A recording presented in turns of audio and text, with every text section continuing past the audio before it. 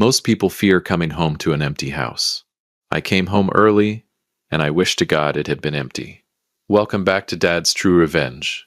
Grab your snacks, get comfortable, and remember, the people in these stories had every chance to behave themselves. They just chose wrong. Drop a comment and be sure to subscribe. You're going to love it here. Let me tell you something about marriage. After 23 years of sharing a bed, a bank account, and a bathroom with someone, and trust me, the bathroom part is the real test of love, you develop a sixth sense about them. You know when something is off. You feel it before you see it, like a smell in the air that doesn't belong. That Tuesday, I felt it the moment I turned into our street. I wasn't supposed to be home. My conference in Denver had wrapped up a full day early. Something about the keynote speaker having a personal emergency.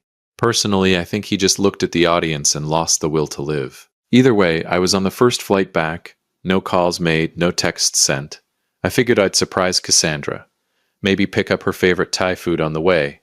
Maybe actually sit across from my wife at dinner for once without a laptop between us. I was feeling good. I should have known better. The first thing I noticed was Preston's car in the driveway. Now, Preston is my son. He is 26 years old, married to Lindsay for 2 years. They have their own apartment across town, a very nice apartment, I might add, that I helped furnish. So seeing his car at my house on a Tuesday afternoon wasn't just unusual. It was strange.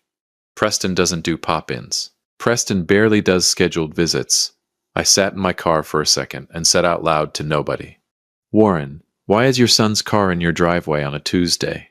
I had no answer for myself. So I grabbed my carry-on and walked to the front door. The second thing I noticed was the silence. Not the peaceful kind, not the everyone is relaxing kind. The thick, heavy, wrong kind of silence. The kind that has weight to it. I pushed the door open and stepped inside. Preston and Lindsay were sitting in the living room, together on the couch. And here is the part that still makes my skin crawl when I think about it. They weren't watching TV. They weren't on their phones. They were just sitting. Like two people in a waiting room who had already accepted whatever news was coming. Preston looked up first. And I want you to pay very close attention to what I'm about to tell you, because this is the detail that changed everything for me.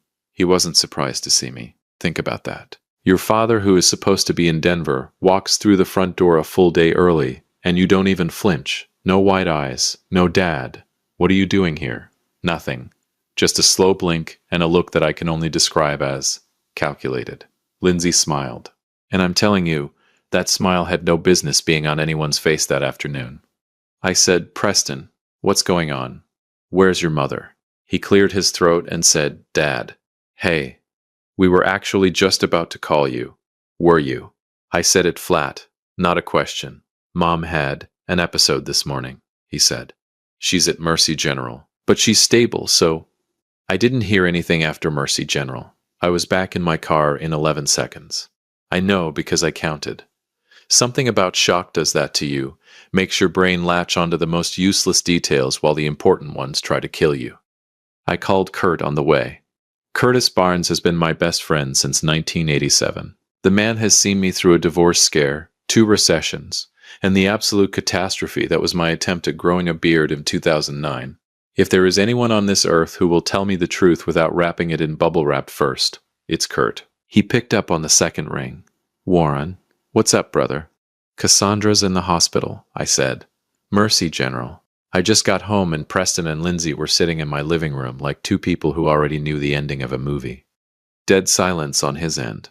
Then, "What do you mean, like they already knew?" "Kurt, my son didn't even react when I walked through the door. I was supposed to be in Denver." Another pause. Then, very quietly, he said, "Warren, I need you to stay calm." "I am calm," I said. "No," he said. "You're driving. That's not the same thing." He wasn't wrong. Mercy General was 15 minutes from my house. I made it in 9. I will not be taking questions about that. Dr. Beverly Nash met me at the nurses' station. She was a composed woman, mid-50s, the kind of doctor who delivers hard news with steady eyes and a voice that doesn't wobble. I appreciated that. I needed steady right then. She said, "Mr. Trevor, I'm glad you're here. Your wife was brought in this morning by your son. She presented with severe disorientation, organ stress, and elevated toxicity markers in her blood work." I said, "Toxicity markers?" She said, "Yes, we're running a full panel. But I want to be straightforward with you. The pattern we're seeing isn't consistent with a sudden illness. It suggests something that has been building. Building. That word hit me like a closed fist. I gripped the edge of the nurse's station and said very carefully, Dr. Nash, are you telling me that something is being done to my wife? She held my gaze and said, I'm telling you that we need more answers, and I think you do too. I went in to see Cassandra, and listen, I have seen my wife in every state imaginable. I've seen her laugh so hard she cried. I've seen her furious enough to make me genuinely reconsider my life choices. I've seen her exhausted, radiant, heartbroken, and everything in between. I was not prepared for what I saw in that room. She looked hollowed out, like someone had turned a dial inside her, and slowly, quietly, drained everything that made her Cassandra. The machines beeped, the IV dripped, and my wife, the woman who once chased a contractor out of our kitchen with a wooden spoon for doing shoddy tile work, lay there looking impossibly small. I sat beside her and took her hand, and I made her a promise. I don't make promises lightly. Ask anyone who knows me. I told her, I'm here, and I'm not leaving until I know exactly what happened to you.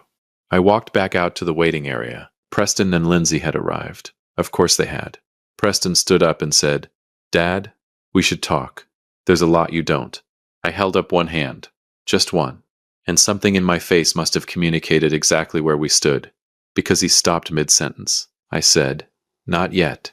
Then I walked to the corner of that waiting room, pulled out my phone, and started doing the one thing they never saw coming. I started locking every single account they had access to. Every single one. And when the notifications started hitting their phones, because I knew they would, I watched Lindsay's face first, that smile she'd been carrying all afternoon. It evaporated. Just like that. Now we were having a conversation. And that right there was the moment I realized, whatever was happening to my wife, I had just kicked the hornet's nest. The question was, how many hornets were inside? If you've made it this far, do us one quick favor. Subscribe. A lot of people watch without ever doing it, but it costs you nothing and means everything to us. Thank you, genuinely. Let me tell you something about denial. Denial is comfortable. Denial is warm.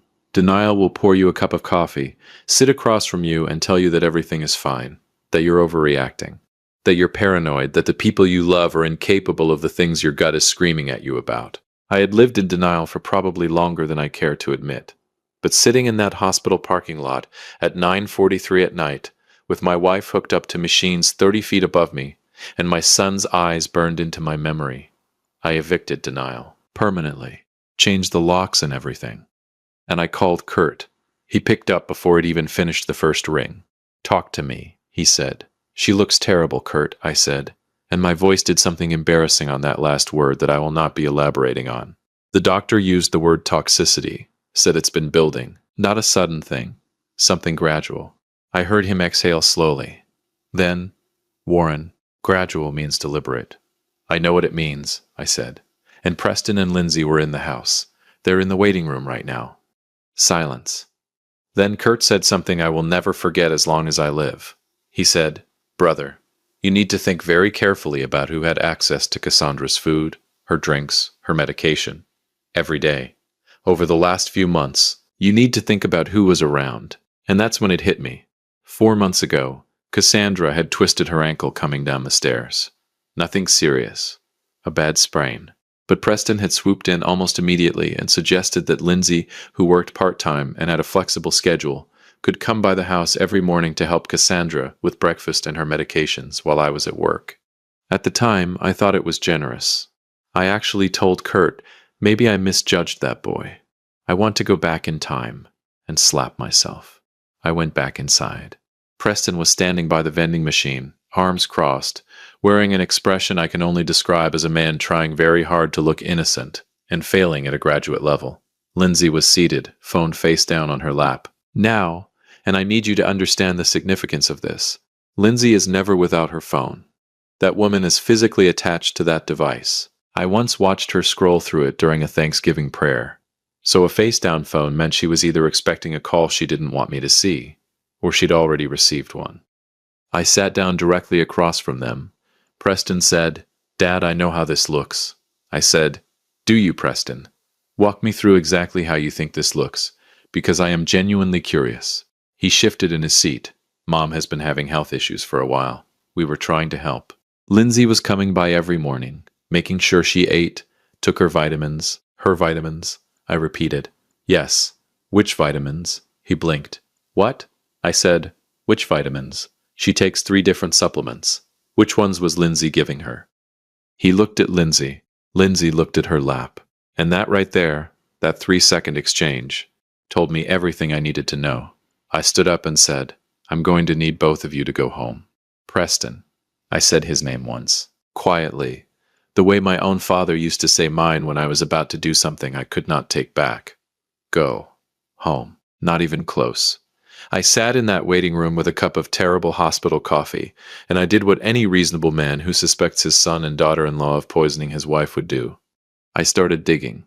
I pulled up every bank statement from the last 6 months. And listen, I am not a forensic accountant. I am a 54-year-old man who still finds online banking mildly suspicious. But even I could see that something was wrong.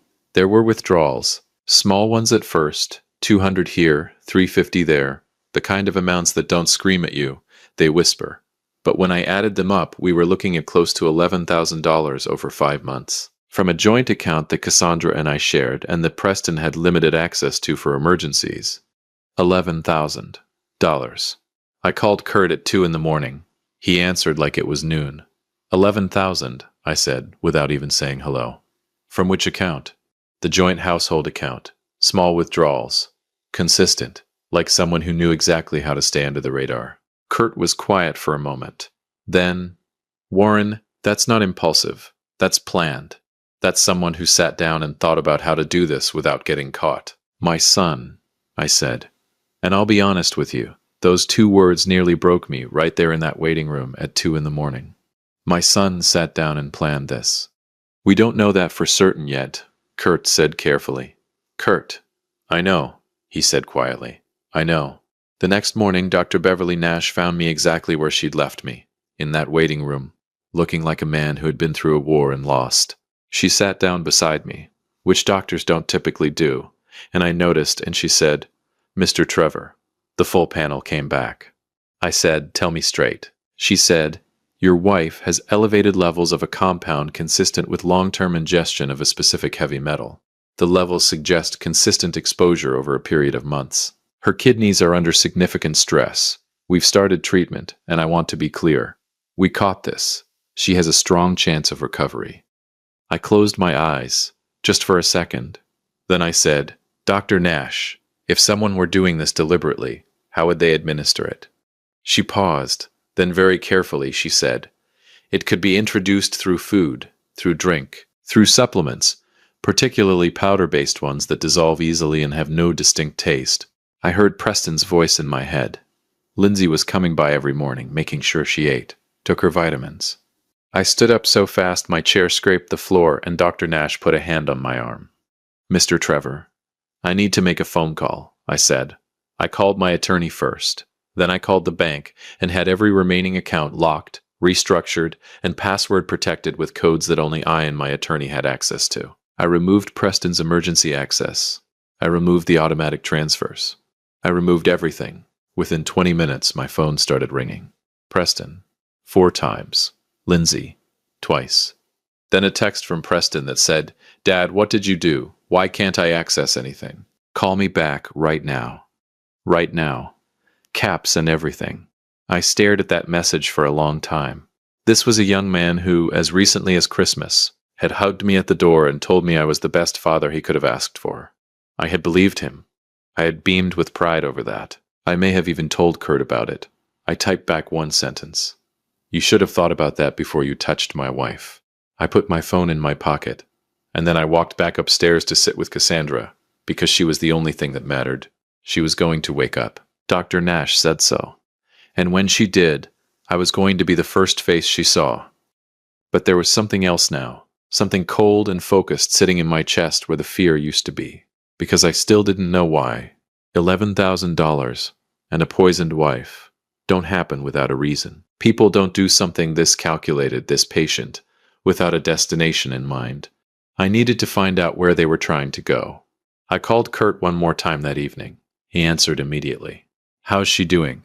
Stable. Getting treatment. Nash says she'll pull through. Thank God, he breathed. Kurt, I said, I need you to do something for me. I need you to find out if Cassandra recently changed anything. A will. An insurance policy, anything with my name or Preston's name on it. Silence. Then, Warren, you think this is about money? I think, I said slowly, that my son needed $11,000 badly enough to take it without asking. And I think whatever he needed it for was just the down payment. Kurt exhaled. I'll make some calls, he said. I didn't know it yet. But by morning, Kurt was going to find something that would make $11,000 look like pocket change. And it was going to change everything. If you've been listening for a while and want stories like this to keep coming, it really helps if you hit that like button and subscribe. 97% of people never do. But it's what keeps this whole thing running. So thank you for real. Revenge is a dish best served cold. But I prefer mine served at exactly the right temperature. Warm enough to sting, precise enough to scar, and delivered with a smile that they'll spend the rest of their lives trying to forget. Let me tell you something about the truth. The truth doesn't always arrive dramatically. It doesn't always kick the door down, flip the table, and announce itself with thunder and lightning. Sometimes, and this is the part that really gets you, sometimes the truth slides in quietly, through a phone call, on an otherwise unremarkable Thursday morning, while you're drinking bad hospital coffee and watching the sun come up through a waiting room window. That's how mine arrived. Kurt called at 7:14 in the morning. I know the exact time because I was staring at the clock, willing the minutes to move faster so I could go back in and check on Cassandra. He didn't say hello. He just said, Warren, you need to brace yourself. I set down my coffee and said, tell me. 6 weeks before Cassandra ended up in that ICU, she had visited an estate attorney, alone, without telling me, which, knowing Cassandra, meant she was planning a surprise of some kind. Cassandra was a planner. Birthdays, anniversaries, Christmas. The woman could orchestrate a military operation around a dinner party. What she had done was update her life insurance policy. The original policy had Preston listed as the secondary beneficiary. Standard, something we'd set up years ago when he was young. Cassandra had gone in to update it, to remove Preston entirely and redirect everything to a charitable trust she had been quietly building for 2 years. A literacy foundation for underprivileged kids. Something she'd never told me about because she wanted to present it as a full, functioning thing before she did. That was Cassandra. Never half measures. The policy was worth $2.3 million. Preston had found out. I don't know how, and honestly that detail almost doesn't matter, but he had found out that his mother was about to cut him out of $2.3 million. And instead of picking up the phone and having a conversation like a grown man, he and Lindsay had sat down and decided that the most reasonable response was to make sure Cassandra didn't live long enough to finalize the paperwork. The attorney had a 30-day processing window. Cassandra had 30 days left on that window when she collapsed. 30 days. My wife had 30 days left to live in their plan. I sat with that information for a long time. I didn't move. I didn't speak.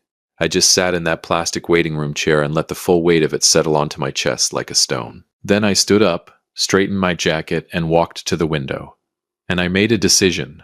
I was not going to be loud about this.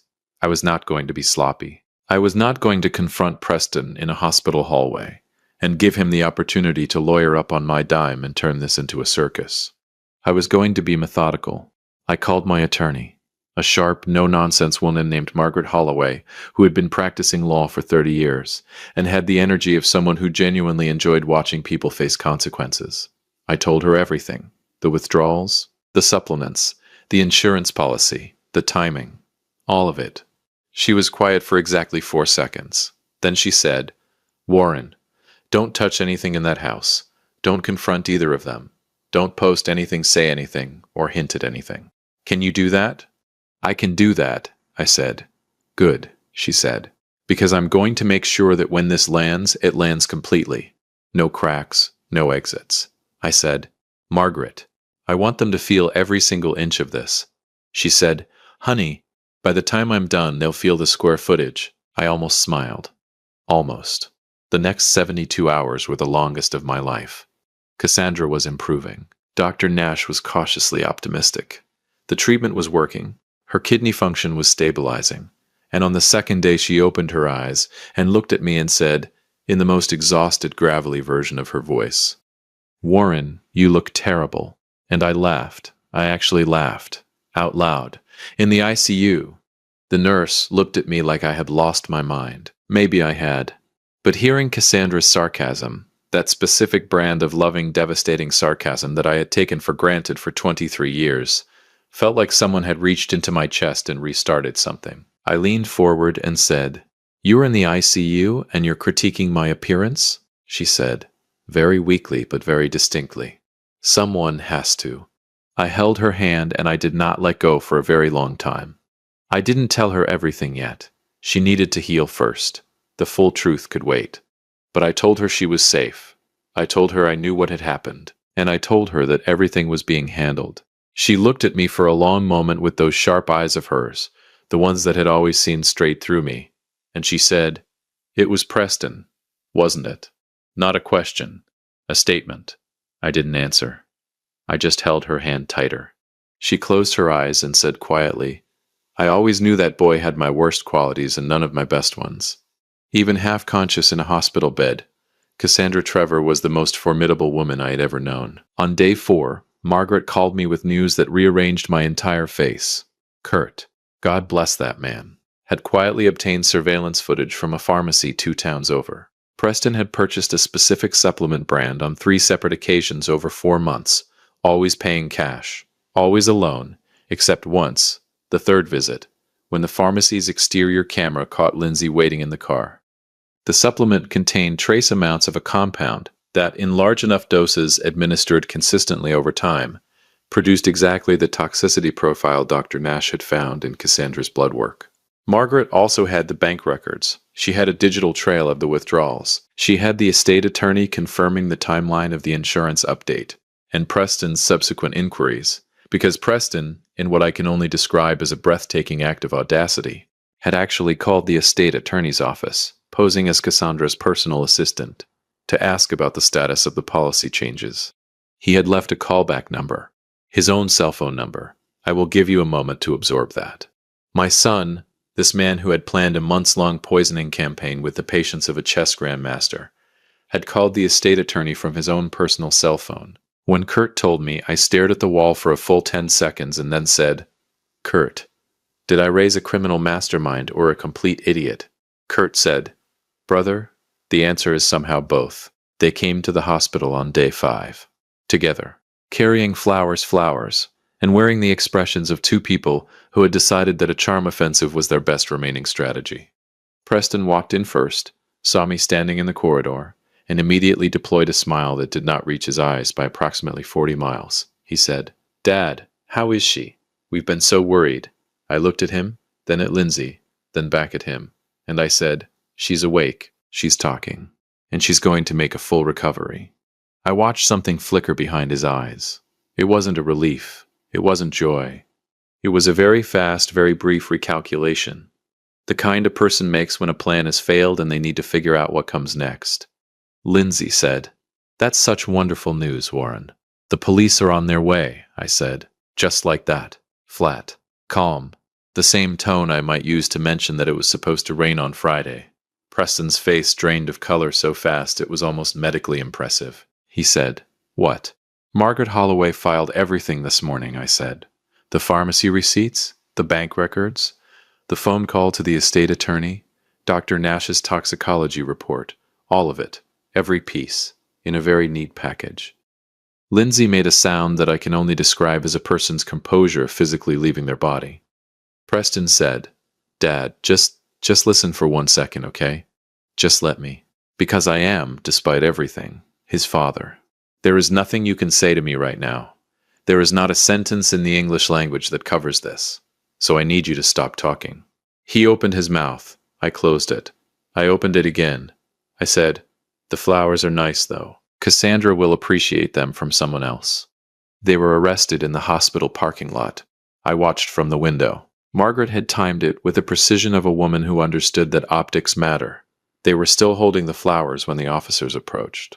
Preston tried to talk his way through it, because Preston has always believed that his voice is his most powerful tool. Lindsay went quiet in a way that suggested she was already calculating a plea arrangement. Kurt appeared beside me at the window. I don't even know when he arrived. He just materialized the way he always does when things matter most. We stood there together and watched. He said, "How do you feel?" I thought about it honestly, and I said, "Like I aged 10 years in 5 days. Like I want to sleep for a month. Like I am simultaneously the saddest I have ever been and the most certain I have ever felt about anything in my life." Then he said, "And Cassandra?" I looked back toward her room down the corridor. Through the small rectangular window in her door, I could see the shape of her in the bed, the monitors, the soft light. I said, "Cassandra is going to be fine. Cassandra was always going to be fine. She's the toughest person I know, and she married me, which proves she can survive anything." Kurt laughed. A real one. It bounced off the corridor walls, and for just a moment the weight lifted. 3 months later, Cassandra came home. She walked through the front door of our house on a Saturday morning in October, when the light was doing that golden thing it does in fall, and she stood in the hallway and looked around like she was cataloging everything she had almost lost. Then she turned to me and said, "Warren, the kitchen needs repainting." I said, "Absolutely not. I just painted it 2 years ago." She said, "It's the wrong shade of white. There is only one shade of white, Cassandra." "That," she said, pointing at the wall with the authority of a woman who had stared down death and won, "is not white. That is the color of a bureaucratic apology." I looked at the wall. I looked at her. I pulled out my phone and called a painter. Preston and Lindsay faced charges of attempted murder, conspiracy, and financial fraud. Margaret Holloway prosecuted with the energy of someone who had been waiting her entire career for a case this clean. The trial lasted 11 days. The verdict took the jury 4 hours. They were sentenced, significantly. I won't give you the number because, frankly, whatever number I say won't feel like enough. What I will tell you is that when the verdict was read, I was sitting in that courtroom next to Cassandra, who was holding my hand with a grip that could have bent steel. And when it was over, she leaned over to me and said very quietly, "I want Thai food." I said, "Right now?" She said, "I have been thinking about Thai food for 3 months, Warren. Do not test me." So we got Thai food. Kurt came, Margaret came, Dr. Beverly Nash, who Cassandra had apparently charmed completely during her recovery, came. We sat around a table, and we ate, and we laughed, and I watched my wife gesture wildly while telling a story, and I thought, there she is. There's Cassandra. I said at the beginning of this story that I came home early, and I wish to God the house had been empty. I take that back. I am glad I came home. I am glad I walked through that door. I am glad I saw what I saw, and felt what I felt, and moved the way I moved. Because if I had landed 1 day later, if that conference had run its full schedule, if I had stayed in Denver 1 more night, Cassandra wouldn't have made it, and I would have spent the rest of my life not knowing why. So no, I don't wish the house had been empty.